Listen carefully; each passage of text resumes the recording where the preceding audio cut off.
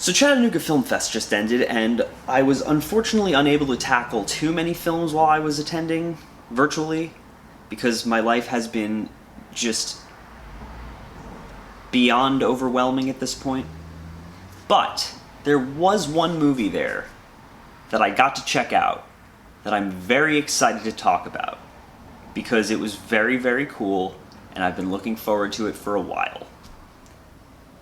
We're all going to the World's Fair.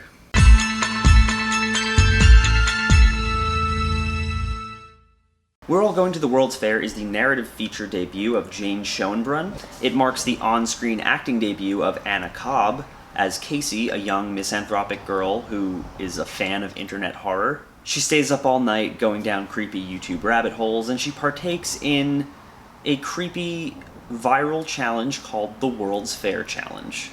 And what follows is a series of video journals from her as she uploads them to YouTube to document what is happening to her, and the lines between reality and fantasy really start to blur.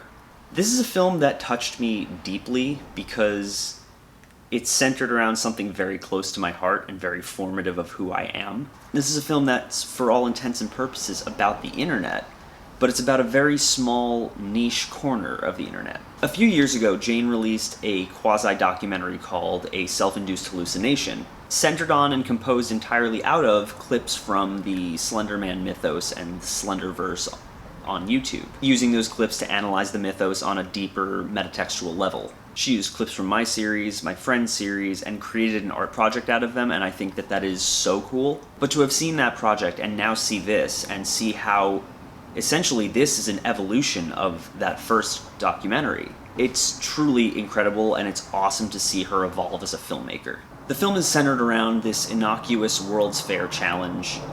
You say, I want to go to the World's Fair 3 times into your webcam and smear blood on your screen, and then something happens. What does it do? What happens to you?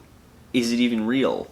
We don't really find out answers to those questions, but for the purposes of the movie, they don't really matter.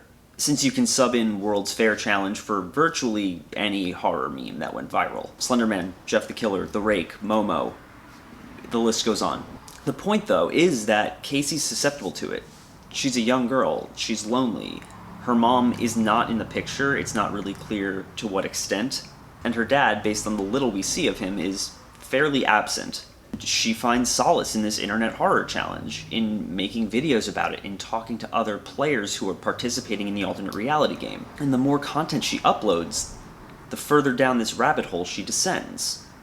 Because this is essentially her only human interaction at this point. She doesn't have many friends in her real life, so this internet challenge becomes her real life. All of this we're seeing through the perspective of her uploads, so it becomes unclear how much of this she actually believes, how much she's just doing for the camera.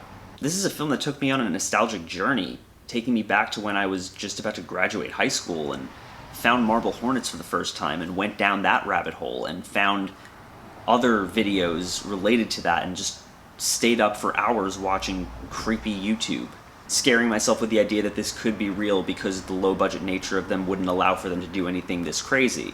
We're All Going to the World's Fair takes you down that rabbit hole and makes you live the experience of watching YouTube at 3 a.m. and just letting autoplay take you to weirder and weirder videos, take you further and further away from reality, where the distinction from reality becomes harder and harder to discern because the medium you're watching this through allows you only to see a very small window into this person's life.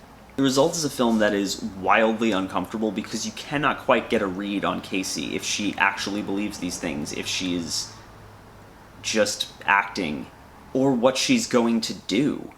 And it creates this constant feeling of dread and anxiety because this is all clearly building to something, but the format of the film prevents you from getting a full scope of what it is. More than anything, I was really just in absolute awe of the fact that this movie perfectly encapsulated a very niche side of the internet, being a film about horror, YouTube, ARGs, and the horrifying real-world implications that come from allowing kids to be this immersed in such a strange and different culture.